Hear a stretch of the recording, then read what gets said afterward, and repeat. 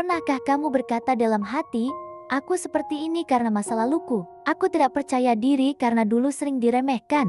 Aku sulit bahagia karena hidupku penuh luka." Kalimat-kalimat ini terdengar wajar, bahkan terasa benar. Namun buku Berani Tidak Disukai justru membuka dengan gagasan yang mengguncang. Masa lalu tidak menentukan hidup kita. Lebih jauh lagi, psikologi Adler menyebut bahwa trauma, dalam arti yang selama ini kita fahami, tidak mengendalikan hidup manusia. Kalimat ini terdengar kejam, tapi justru di sanalah kebebasan itu dimulai. Channel ini adalah tempat kita menjelajahi dunia pemikiran dan inspirasi. Langsung dari buku-buku terbaik yang mungkin belum sempat kamu baca. Kita akan belajar bareng, tumbuh bareng, dan menyalakan percikan perubahan besar, mulai dari satu ide sederhana. Siap untuk petualangan ini? Berani Tidak Disukai, karya Ichiro Kishimi dan Fumitake Koga, disusun dalam bentuk dialog antara seorang filsuf dan seorang pemuda. Pemuda ini datang dengan kemarahan dan keputusasaan. Ia yakin hidupnya hancur karena masa lalu, karena pengalaman pahit, karena lingkungan yang tidak adil. Namun sang filsuf tidak menenangkannya dengan empati kosong. Ia berkata bahwa hidup manusia tidak digerakkan oleh masa lalu, melainkan oleh pilihan dan tujuan yang diambil saat ini. Pernyataan ini menjadi inti dari chapter 1, Hidup Tanpa Trauma. Selama ini kita terbiasa berpikir dengan logika sebab akibat. Jika sesuatu yang buruk terjadi di masa lalu, maka wajar jika hidup kita buruk sekarang. Jika kita pernah disakiti, maka wajar jika kita takut berubah. Cara berpikir ini terasa masuk akal, bahkan ilmiah. Namun Adler menolak sudut pandang ini. Menurutnya, manusia tidak digerakkan oleh sebab, melainkan oleh tujuan. Kita bertindak bukan karena apa yang terjadi pada kita, tetapi karena apa yang ingin kita capai atau hindari saat ini. Ketika seseorang berkata bahwa ia tidak bisa berubah karena trauma, Adler tidak menyangkal rasa sakitnya. Namun ia melihat bahwa trauma sering dijadikan alasan yang paling kuat untuk tidak berubah. Di balik alasan itu, seringkali tersembunyi tujuan tertentu, seperti menghindari kegagalan, menghindari penolakan, atau menghindari rasa sakit baru. Trauma menjadi tameng yang membuat kita merasa aman, sekaligus terjebak. Gagasan ini membuat pemuda dalam buku marah. Ia merasa filsuf sedang menyalahkan korban. Ia merasa pengalamannya diremehkan. Namun sang filsuf menjelaskan bahwa mengakui kita memilih sikap hidup kita bukan berarti menyalahkan diri sendiri. Justru sebaliknya, selama kita percaya hidup kita ditentukan oleh masa lalu, kita tidak punya kendali. Tapi saat kita menyadari bahwa sikap kita hari ini adalah pilihan, kita mendapatkan kembali kebebasan untuk mengubah arah hidup. Trauma, dalam pandangan Adler, seringkali menjadi penjara yang tidak terlihat. Selama kita berkata, "Aku begini karena masa laluku," kita tidak perlu mengambil risiko. Kita tidak perlu gagal lagi. Kita tidak perlu berani. Kita tidak perlu bertanggung jawab atas hidup yang sedang kita jalani sekarang.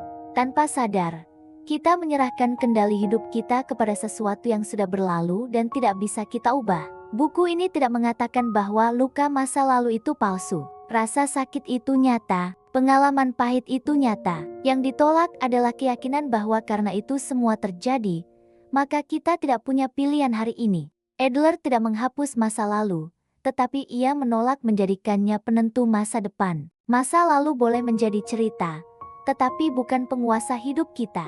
Chapter ini juga menyampaikan pesan yang sangat radikal. Perubahan tidak membutuhkan penyembuhan trauma terlebih dahulu. Kita tidak harus menunggu luka sembuh sempurna. Kita tidak harus menunggu kondisi ideal. Perubahan dimulai saat kita berhenti bertanya, "Apa yang terjadi padaku dulu?" dan mulai bertanya, "Aku ingin hidup seperti apa mulai sekarang?" Disitulah keberanian pertama muncul. Inti dari chapter 1 sangat sederhana, tapi tidak mudah diterima. Masa lalu memang memengaruhi kita, tetapi tidak menentukan kita. Kita bertindak bukan karena luka, melainkan karena tujuan. Dan seringkali, tujuan terbesar kita adalah menghindari rasa sakit baru. Ketika kita berani mengakui hal ini, kita tidak menjadi lemah. Kita justru menjadi bebas. Chapter ini mengajak kita menghadapi satu kebenaran yang tidak nyaman. Bahwa mungkin selama ini, bukan masa lalu yang menahan kita, melainkan ketakutan kita sendiri untuk berubah. Dan keberanian terbesar dalam hidup bukanlah berani sukses, melainkan berani mengakui bahwa kita selalu punya pilihan, di sini dan sekarang. Di chapter berikutnya, kita akan melihat bahwa penderitaan manusia ternyata tidak berhenti pada diri sendiri. Kita akan masuk pada gagasan bahwa hampir semua masalah hidup berasal dari hubungan dengan orang lain. Dan di sanalah, makna berani tidak disukai mulai semakin jelas. Chapter 2 yang judulnya, Semua Penderitaan Berasal dari Hubungan Antarpersonal. Siap-siap ya, karena pembahasan kali ini bakal membuka mata kita banget. Jadi, menurut filsuf dalam buku ini, sumber utama dari semua penderitaan kita itu ya hubungan sosial. Coba deh pikirin, perasaan rendah diri, cemas, iri hati, itu semua muncul saat kita membandingkan diri kita dengan orang lain. Kan, kalau kita hidup sendirian di alam semesta, kita nggak akan merasa kesepian atau merasa kurang pintar, kurang kaya, atau kurang keren. Perasaan-perasaan ini baru ada ketika ada orang lain sebagai pembanding. Inilah inti dari psikologi Adler. Dia bilang, kita sendirilah yang menciptakan perasaan rendah diri ini, bukan karena kita benar-benar kurang, tapi karena kita terjebak dalam kompetisi tanpa akhir dengan orang di sekitar kita. Nah, disinilah letak masalahnya. Kita sering melihat hidup ini sebagai sebuah perlombaan. Siapa yang lebih sukses? Siapa yang lebih bahagia? Siapa yang punya lebih banyak? Kita melihat orang lain sebagai lawan, bukan sebagai kawan seperjalanan. Kalau teman kita sukses, bukannya ikut senang, malah ada rasa iri atau merasa tersaingi. Akibatnya apa? Kita jadi nggak pernah bisa benar-benar bahagia untuk orang lain dan selalu merasa terancam. Kita jadi terus-menerus mencari pengakuan, berharap orang lain melihat kita lebih unggul. Capek banget, kan? Padahal, hidup ini bukan kompetisi. Setiap orang punya jalur dan waktunya masing-masing. Lalu, gimana solusinya? Buku ini menawarkan sebuah ide yang sangat membebaskan. Berhentilah membandingkan diri dan mulailah melihat orang lain sebagai kawan. Sadari bahwa kita semua berjalan di sebuah bidang datar yang sama, bukan menaiki tangga hierarki. Mungkin ada yang lebih maju di depan, ada yang di belakang. Tapi kita semua setara sebagai manusia. Ketika kita bisa melihat orang lain sebagai rekan, kita bisa tulus mendoakan kebahagiaan mereka. Dan saat itulah, kita juga akan menemukan kebahagiaan kita sendiri. Kita nggak perlu lagi cemas soal penilaian orang lain karena kita tahu nilai diri kita tidak ditentukan oleh perbandingan. Jadi, tantangannya adalah mengubah cara pandang kita. Daripada bertanya apa yang bisa aku dapat dari hubungan ini, coba tanya apa yang bisa aku berikan. Dengan fokus memberi kontribusi, kita akan merasa lebih berharga dan terhubung secara positif. Inilah yang disebut pemisahan tugas dalam buku ini, di mana kita fokus pada apa yang bisa kita kendalikan, yaitu kontribusi kita, dan melepaskan apa yang tidak bisa kita kendalikan, yaitu bagaimana orang lain merespons atau menilai kita. Ini adalah langkah pertama menuju kebebasan sejati, yaitu berani untuk tidak disukai dan tetap menjadi diri sendiri. Itu dia intisari dari chapter 2 buku Berani Tidak Disukai. Gimana menurut kalian? Apakah kalian juga sering merasa terjebak dalam perbandingan? Coba deh share pengalaman kalian di kolom komentar ya. Kita diskusi bareng-bareng.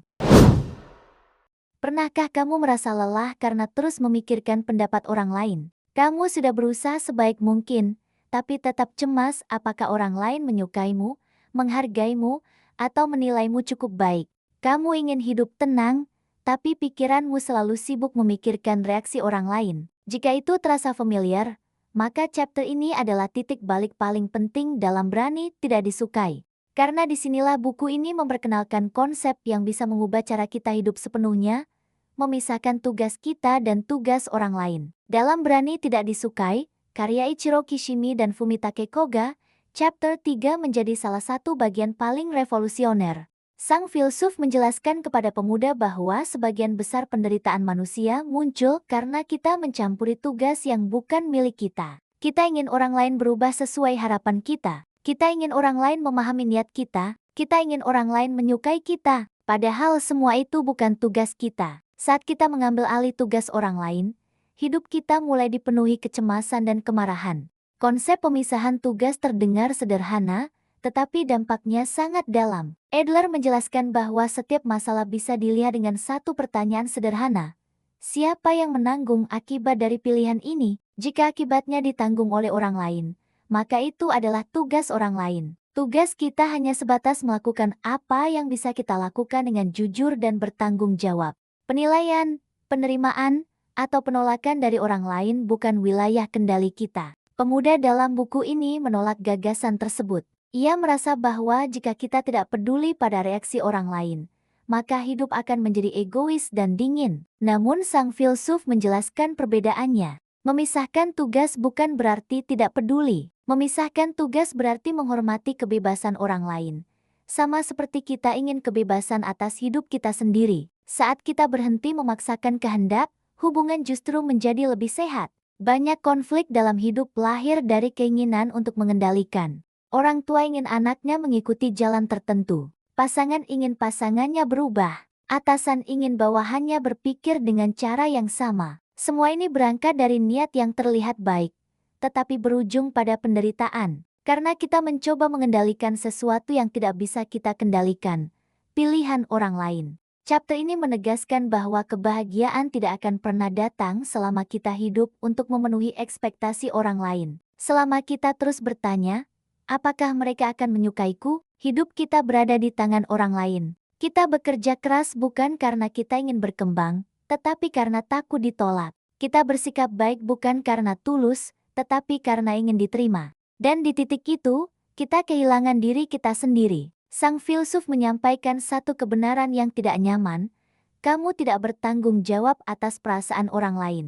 Kamu hanya bertanggung jawab atas tindakanmu sendiri. Jika kamu sudah bertindak dengan jujur, sisanya bukan tugasmu. Orang lain bebas untuk menyukai atau tidak menyukaimu. Dan disitulah letak keberanian untuk tidak disukai. Memisahkan tugas memang terasa menakutkan. Kita takut dianggap dingin. Kita takut dicap egois, kita takut sendirian. Namun Adler justru mengatakan bahwa keberanian ini adalah dasar dari kebebasan. Saat kita berhenti mencampuri tugas orang lain, kita juga berhenti membiarkan orang lain mencampuri hidup kita. Hubungan menjadi lebih setara, lebih dewasa, dan lebih jujur. Chapter ini juga mengajarkan bahwa kontrol bukanlah cinta, memaksa bukanlah kepedulian. Cinta sejati justru muncul saat kita membiarkan orang lain memilih jalannya sendiri, meskipun jalan itu tidak sesuai dengan harapan kita. Dan sebaliknya, kita juga berhak menjalani hidup tanpa harus terus-menerus membuktikan diri kepada siapapun.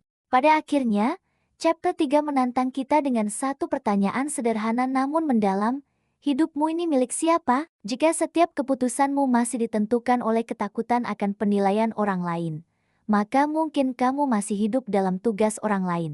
Tapi saat kamu berani berkata, aku akan bertindak sesuai keyakinanku, dan hasilnya akan kuterima apapun risikonya, disitulah hidupmu benar-benar dimulai. Chapter ini menutup dengan satu kesadaran penting, bahwa kebebasan tidak datang dari mengubah orang lain, melainkan dari berhenti mencoba mengendalikan mereka. Dan keberanian terbesar bukanlah membuat semua orang menyukaimu, melainkan tetap menjadi dirimu sendiri meskipun ada yang tidak menyukai. Di chapter berikutnya, buku ini membawa kita pada makna kebahagiaan yang lebih dalam.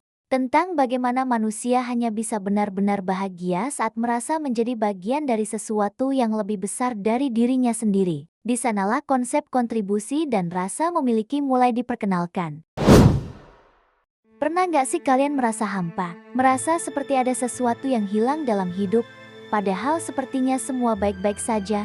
Nah, di video kali ini, kita akan menyelami perasaan itu lebih dalam dengan membahas chapter 4 dari buku fenomenal, Berani Tidak Disukai. Chapter ini punya judul yang provokatif, di mana pusat dunia berada. Siap? Yuk, kita mulai. Chapter ini dibuka dengan sebuah pertanyaan penting dari si pemuda kepada sang filsuf.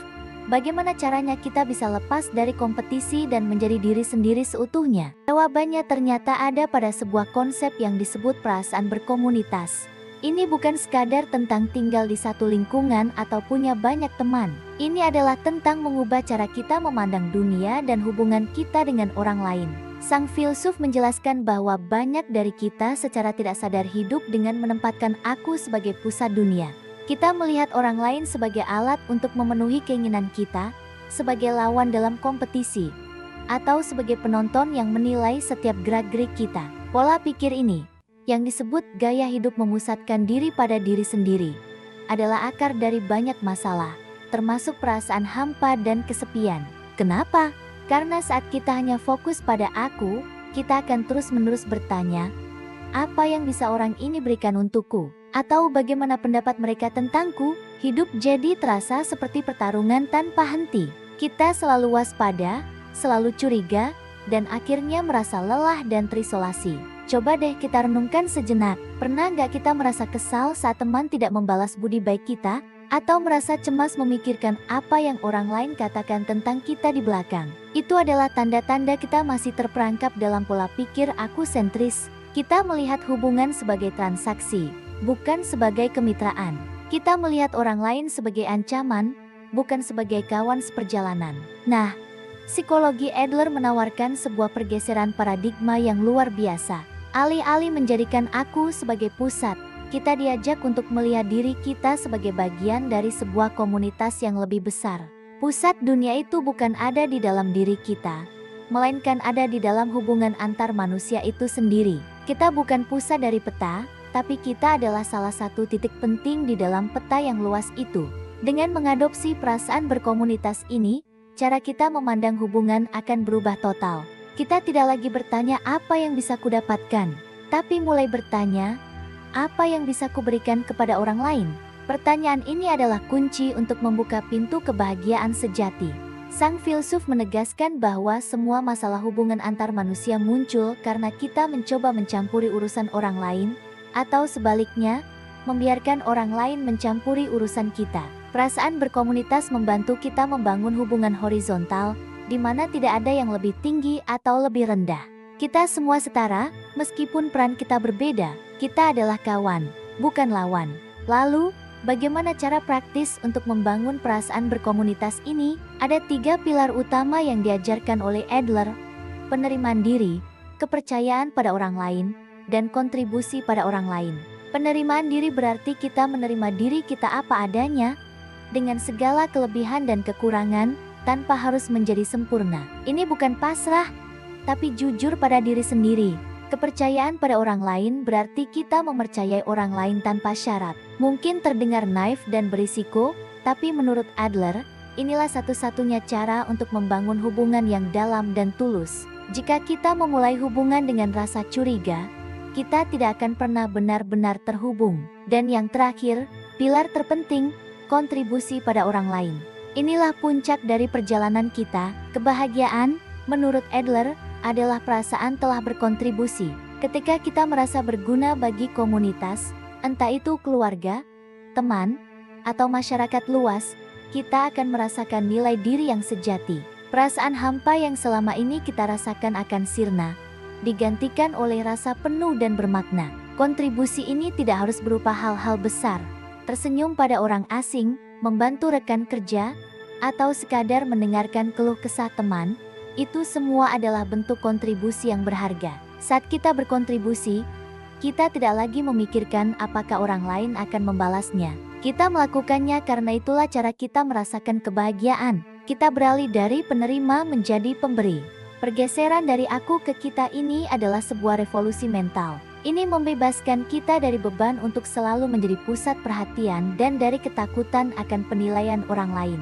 Kita mulai melihat dunia sebagai tempat yang ramah, dan orang lain sebagai kawan. Kita sadar bahwa nilai diri kita tidak ditentukan oleh pengakuan orang lain, tapi oleh perasaan bahwa kita telah memberikan sesuatu yang berharga bagi komunitas. Inilah esensi dari hidup yang bebas dan bahagia menurut buku Berani Tidak Disukai. Jadi, inti dari bab 4, ini adalah sebuah ajakan untuk berhenti menjadikan diri kita pusat alam semesta.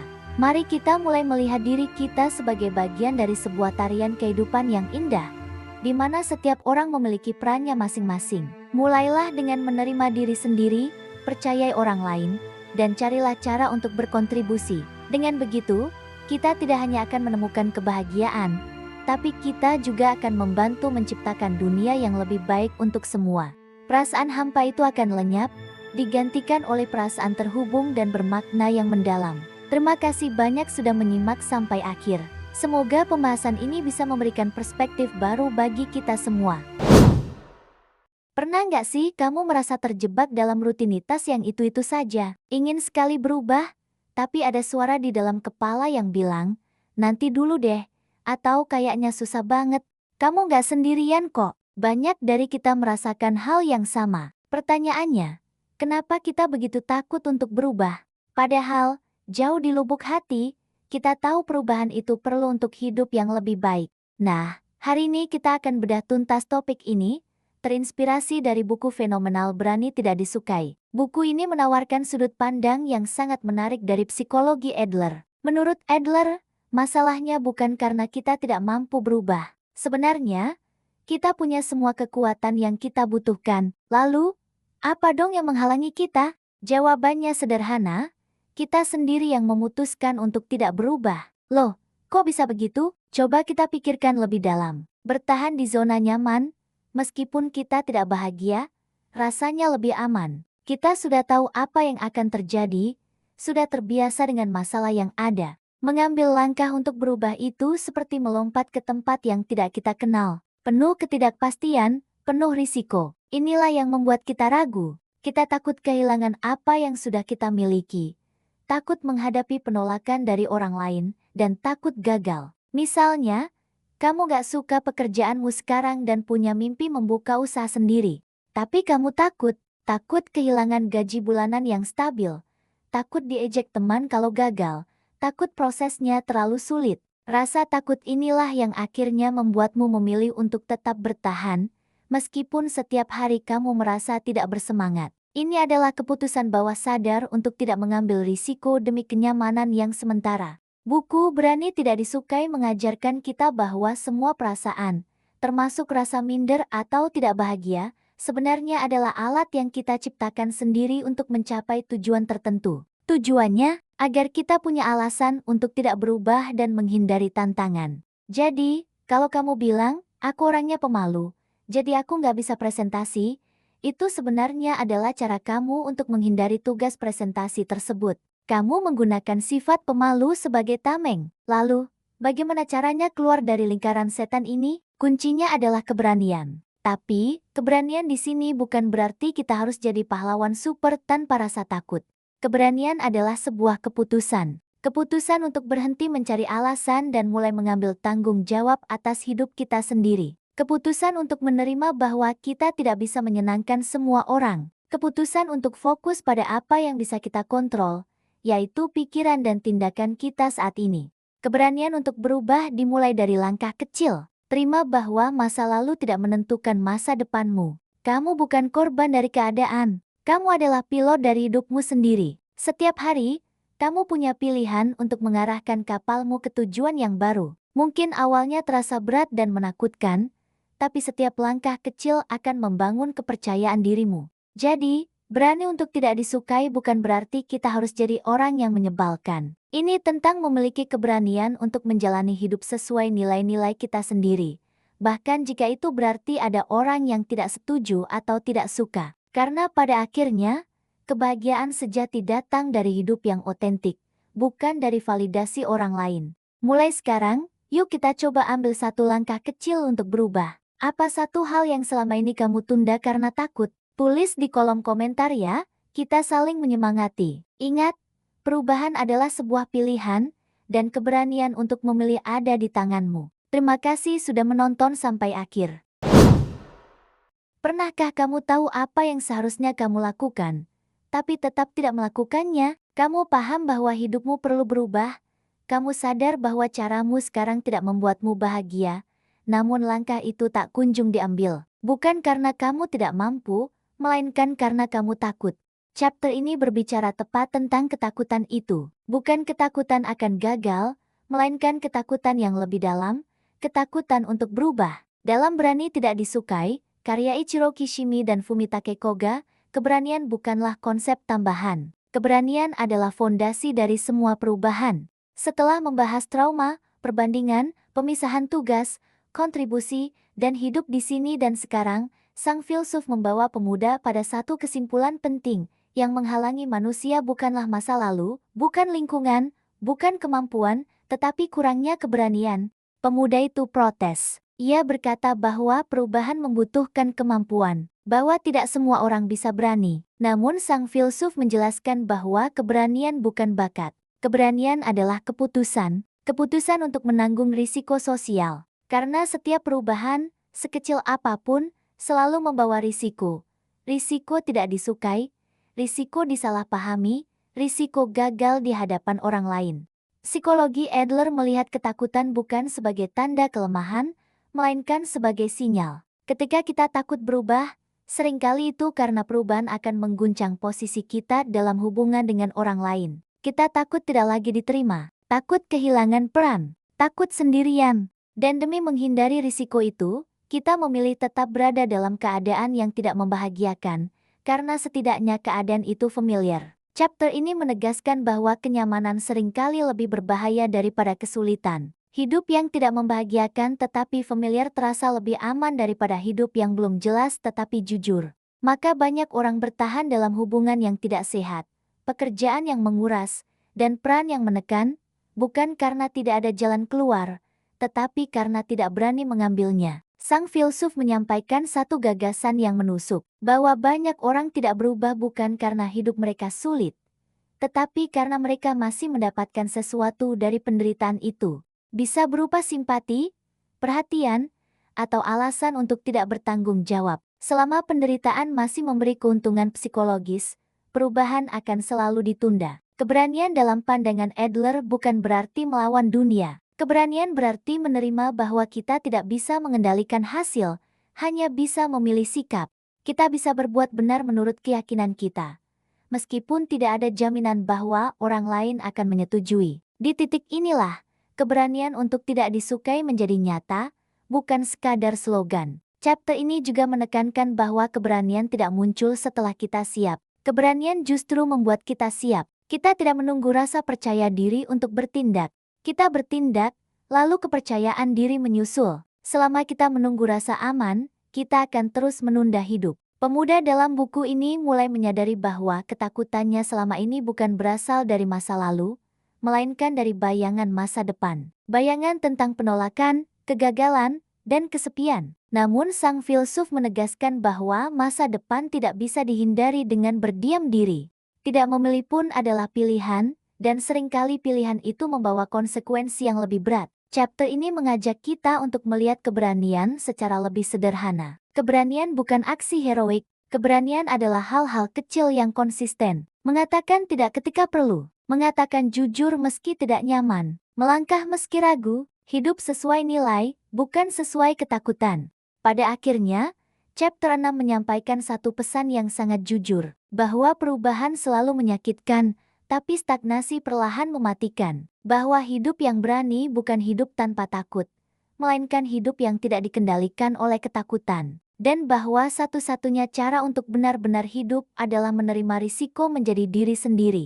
Chapter ini menutup dengan kesadaran yang tenang namun tegas, bahwa keberanian bukan sesuatu yang dimiliki orang istimewa. Keberanian adalah sesuatu yang dipilih, setiap hari, oleh siapapun yang tidak lagi ingin hidup setengah-setengah. Dan ketika kita berani mengambil langkah pertama, meski kecil, hidup mulai bergerak mengikuti kita. Di chapter berikutnya, kita akan masuk pada pembahasan yang sangat personal, tentang cinta, persahabatan, dan hubungan manusia yang setara. Tentang bagaimana mencintai tanpa menguasai, dan terhubung tanpa kehilangan diri sendiri. Pernah nggak sih kamu ngerasa hidupmu itu kayak dikendalikan remote control sama orang lain? Mau milih jurusan, ditentuin orang tua, mau ngejar passion, takut dicibir teman, mau bilang nggak, tapi nggak enakan. Kalau ya, kamu nggak sendirian. Dan buku Berani Tidak Disukai membahas tuntas masalah ini di salah satu chapter paling pentingnya. Jadi, menurut sang filsuf dalam buku ini, masalah terbesar kita bukanlah takut gagal, tapi takut ditolak. Kita sering banget mengorbankan kebahagiaan kita sendiri cuma demi dapat validasi dan persetujuan dari orang lain. Kita sibuk banget memenuhi ekspektasi mereka, sampai lupa apa yang sebenarnya kita mau. Disinilah psikologi Adler masuk. Keinginan untuk diakui itu wajar kok, tapi jadi masalah besar kalau seluruh hidup kita diatur oleh penilaian orang lain. Saat itu terjadi, kita bukan lagi jadi diri kita sendiri, tapi cuma jadi versi yang diinginkan orang lain. Ironisnya, semakin kita berusaha menyenangkan semua orang, kita justru semakin kehilangan arah. Nah, ini konsep kuncinya, pemisahan tugas. Apa yang orang lain pikirkan tentang kamu, itu tugas mereka, bukan tugas kamu. Tugas kamu adalah menjalani hidup sesuai pilihanmu. Sebaliknya juga begitu, saat kita mulai mencampuri tugas orang lain misalnya, maksa orang lain buat suka sama kita atau membiarkan mereka mengendalikan tugas kita. Disitulah semua drama, kecemasan, dan kelelahan mental dimulai. Banyak yang mikir, hidup yang baik itu hidup yang adem ayem, tanpa konflik. Tapi menurut Adler, hidup tanpa konflik itu seringkali artinya hidup tanpa keberanian. Karena setiap kali kita berani memilih jalan kita sendiri, pasti akan ada gesekan, kritik, atau penolakan. Dan itu bukan berarti kita salah jalan. Justru itu tandanya kita benar-benar hidup. Rasa takut tidak disukai itu sebenarnya cuma topeng dari rasa takut untuk bertanggung jawab atas hidup kita sendiri. Selama kita bisa nyalain orang lain, kita nggak perlu repot-repot ambil keputusan. Tapi saat kita berani memilih, kita juga harus siap dengan segala konsekuensinya. Kebebasan itu memang ada harganya. Harganya adalah kesepian. Saat kita berhenti hidup demi ekspektasi orang lain, mungkin beberapa orang akan menjauh. Tapi sebagai gantinya, kita mendapatkan sesuatu yang jauh lebih berharga, kebebasan dan kejujuran pada diri sendiri. Jadi, tujuan hidup itu bukan untuk disukai semua orang. Itu mustahil. Tujuannya adalah menjadi versi terbaik dari dirimu, yang berguna dan bermakna dengan caramu sendiri. Dan untuk itu, kita butuh keberanian untuk tidak disukai. Ini bukan egois, tapi ini adalah bentuk tanggung jawab terbesar kita terhadap hidup yang kita miliki. Gimana menurut kamu? Apa kamu siap untuk lebih berani menjadi diri sendiri? Coba share pendapatmu di kolom komentar ya. Jangan lupa like, subscribe, dan nyalakan notifikasinya biar kita bisa terus belajar bareng. Sampai jumpa di video berikutnya. Di chapter penutup ini, buku Berani Tidak Disukai mengajak kita berhenti mencari makna hidup terlalu jauh ke depan, dan berhenti terjebak terlalu lama di masa lalu. Filsuf menegaskan bahwa hidup tidak diukur dari seberapa besar tujuan akhir yang kita capai, melainkan dari bagaimana kita menjalani momen saat ini. Hidup bukanlah garis lurus menuju kebahagiaan, tetapi rangkaian langkah kecil yang kita pilih setiap hari. Pemuda, yang sejak awal dipenuhi kebingungan dan perlawanan, mulai menyadari satu hal penting, kebahagiaan bukan sesuatu yang ditunggu, melainkan sesuatu yang dipraktikkan. Kita tidak perlu menjadi sempurna untuk mulai hidup dengan berani. Kita hanya perlu hadir sepenuhnya dalam peran kita saat ini, sekecil apapun peran itu. Chapter ini menekankan konsep Adler tentang kontribusi. Manusia merasa bahagia bukan ketika ia lebih unggul dari orang lain, tetapi ketika ia merasa berguna. Perasaan aku dibutuhkan dan aku memberi arti adalah fondasi kebahagiaan yang sejati. Dan kontribusi tidak harus besar atau spektakuler. Cukup dengan melakukan yang bisa kita lakukan hari ini dengan tulus. Filsuf juga menepis anggapan bahwa hidup harus selalu penuh motivasi dan tujuan besar. Hidup, kata Adler, adalah seperti menari. Kita tidak menari untuk sampai ke satu titik tertentu, tetapi untuk menikmati setiap gerakannya. Begitu pula hidup. Ketika kita terlalu terobsesi dengan hasil akhir, kita lupa menikmati proses yang sedang berlangsung. Di bagian ini, pembaca diajak melepaskan obsesi akan nanti kalau sukses, nanti kalau sembuh, nanti kalau diakui. Karena hidup yang nyata selalu terjadi sekarang. Masa lalu sudah selesai, masa depan belum ada, dan satu-satunya waktu kita benar-benar hidup adalah saat ini. Pemuda akhirnya memahami bahwa keberanian sejati bukan hanya berani tidak disukai, tetapi juga berani hidup sepenuhnya. Berani hadir apa adanya, berani memilih, berani gagal, dan berani bertanggung jawab atas langkah yang diambil hari ini. Buku ini ditutup dengan pesan yang sederhana namun kuat. Kita tidak perlu mengubah dunia untuk memiliki hidup yang bermakna. Cukup ubah cara kita memandang diri sendiri dan orang lain. Saat kita berhenti hidup demi penilaian, berhenti membandingkan, dan mulai berkontribusi, disitulah kebebasan dan ketenangan muncul. Dan pada akhirnya, berani tidak disukai bukanlah ajakan untuk melawan dunia, melainkan ajakan untuk berdamai dengan diri sendiri.